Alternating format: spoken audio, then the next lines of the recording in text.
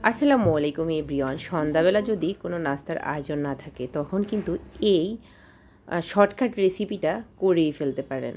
তো দেখেন, এখানে আলু সিদ্ধ করে ম্যাশ করে নিয়েছি আর গাজরকে গ্রেটার দিয়ে গ্রেট করে নিয়েছি, আর এদিক দিয়ে পেঁয়াজ কুচি, তারপরে হচ্ছে কাঁচামরিচ আর পরিমাণ মতন লবণ দিয়ে নিয়েছি। যদি ধনিয়া পাতা থাকতো তাহলে আরেকটু বেশি ভালো হতো, তো ধনিয়া পাতা ছিল না, সেই জন্য দিই নাই।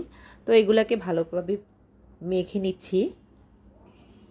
তারপরে শুধুমাত্র একটা উপকরণ, অনলি কর্নফ্লাওয়ার মিক্স করে নিচ্ছি। এক্ষেত্রে কিন্তু ইচ্ছে করলে ডিমের সাদা অংশটা দেওয়া যেতে পারে, বাট আমার ইচ্ছে করতেছে আজকে একটু মুচমুচে টাইপের খাবো, সেই জন্য ডিমের সাদা অংশটা ইউজ করতেছি না।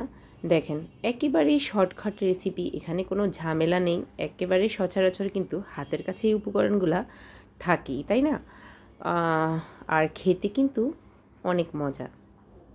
এই তো আমি এগুলাকে ডালের বড়ার মতন ছোট ছোট করে তেলের মধ্যে ভেজে নিচ্ছি।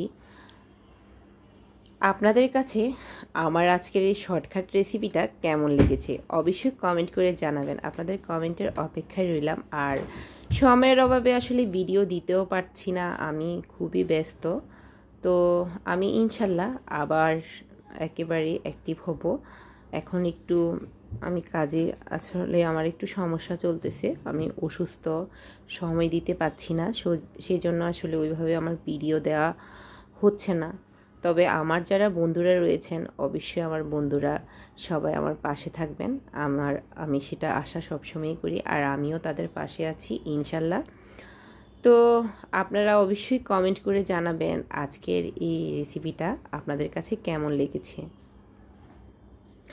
এই তো হয়ে গেছে, দেখেন কালারটা কিন্তু খুব সুন্দর এসেছে, দেখেই বোঝা যাচ্ছে এটা খেতে অনেক মজা হবে। আসলে এটা আমি করি নাই, সত্যিকার অর্থে এটা আমার বোন করেছিল, তখন আমি ছিলাম। আজকের মতো আল্লাহ হাফেজ, সবাইকে ভালো থাকবেন সবাই।